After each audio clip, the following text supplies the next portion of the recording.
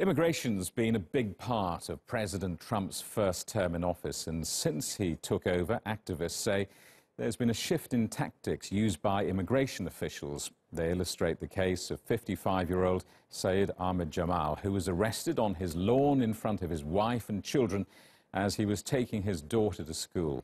Giles Gibson travelled to Kansas to meet the family.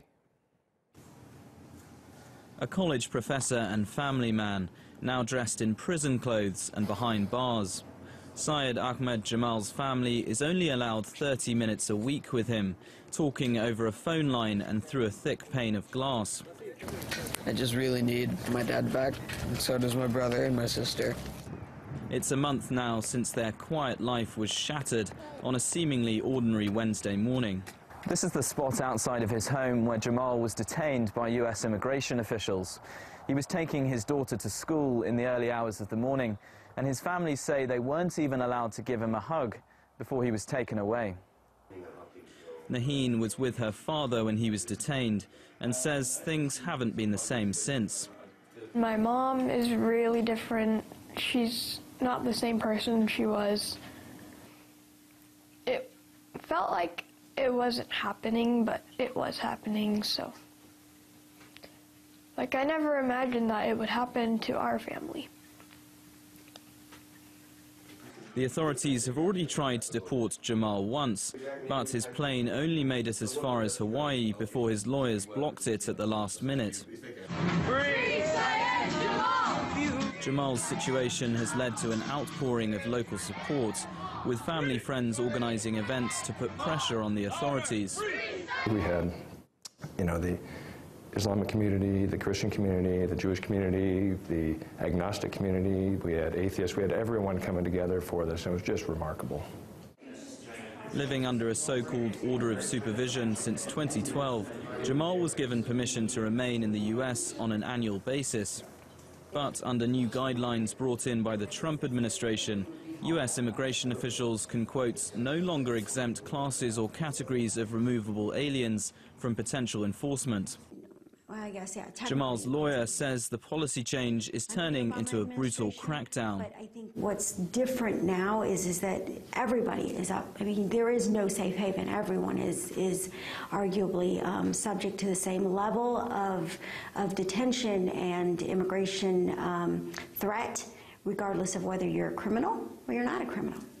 The US Immigration and Customs Enforcement Agency told us all of those in violation of the immigration laws may be subject to immigration arrest, detention, and, if found removable by final order, removal from the United States. For now, the Jamals say they'll keep fighting to save Syed from being deported. Next Sunday, they'll visit him once more and leave wondering if their husband and father will ever set foot in his home again. Giles Gibson, TRT World, Lawrence, Kansas. Well, let's talk to the immigration lawyer, Ofelia Calderon, in Fairfax in Virginia, who joins us now live. Ofelia, Trump promised he would tighten up immigration in the election campaign, and I guess he's simply doing what he said he'd do. It does appear that way to some extent. I mean, there's definitely greater enforcement at this time. Is the Trump administration really drastically increasing detention and deportation compared with previous administrations? I mean, try and give us some context here. I mean, I think that, immigration at times tends to work a little bit like a pendulum. I definitely would say that we're seeing a tremendous increase if we're comparing this time from this time, let's say 3 or 4 years ago, right? There was an upswing in enforcement during the Obama administration.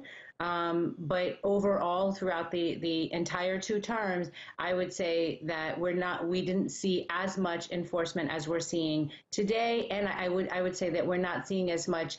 I'm sorry. What I mean to say is that right now we're seeing a complete non-exercise of prosecutorial discretion.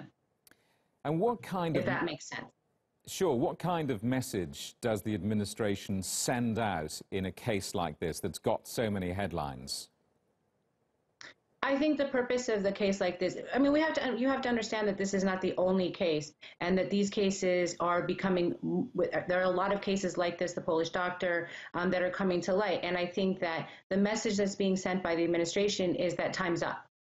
We're not going to, this case with Dr. Jamal, or the chemist, this is about someone who was on an order of supervision, who, despite having a final order of removal, was being permitted to remain in the United States because he had equities.